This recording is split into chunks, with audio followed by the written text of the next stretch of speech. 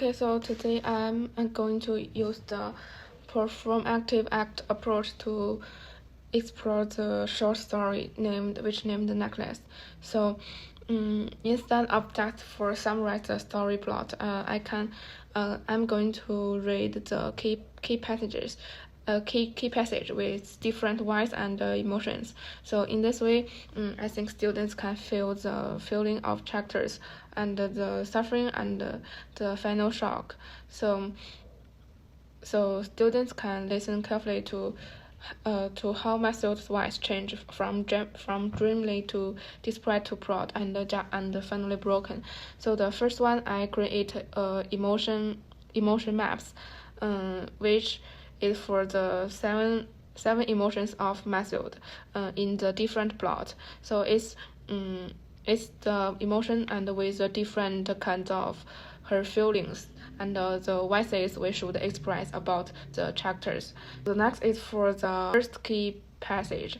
So the first one is the Mathilde. She suffered endlessly, feeling herself burned from every decay and luxury. She suffered from the poorness of her house, from its main walls, worn chairs, and ugly curtains. She imagined silent antechambers heavy on oriental tapestries, delicate meals, gleaming silver. So in this wise, it is dreamily and then just become a flight. And then she had no clothes, no jewelry, nothing, and there was only things she loved, and this was the only thing she loved. So, in this way, the author shows us that the Mathilde, her real pain isn't for just hunger; it is just comparison with others. So the students can notice her voice just from the dream upward and then become false, and.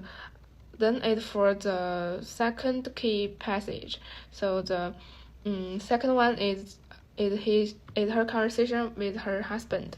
Her husband said, "Here is something for you. The Minister of Education requests our company." And the Mathilde said, "What do you want me to do with this?" And her husband said, "Why, darling, I thought you'd be pleased." And the Mathilde said, "What am to wear?" So what am I to wear? So in this sense, so the voice from sharp just become the breathless. The Mathilde's tears are not just for the sadness. So this is a weapon to express her dissatisfaction, and her husband just used all his savings for 500 francs for her dress, but for Mathilde this is not enough. In the third key passages. Okay, so this is for the loss of the necklace. The Mathilde, she took off the garments to see herself all glory before the mirror, but suddenly she uttered a cry. The necklace was no longer round her neck, and her husband was astonished. What, impossible! But they searched but nothing. And then it for the 10 years of poverty. During these 10 years, the Madame Lois come to know the ghastly life of abject poverty.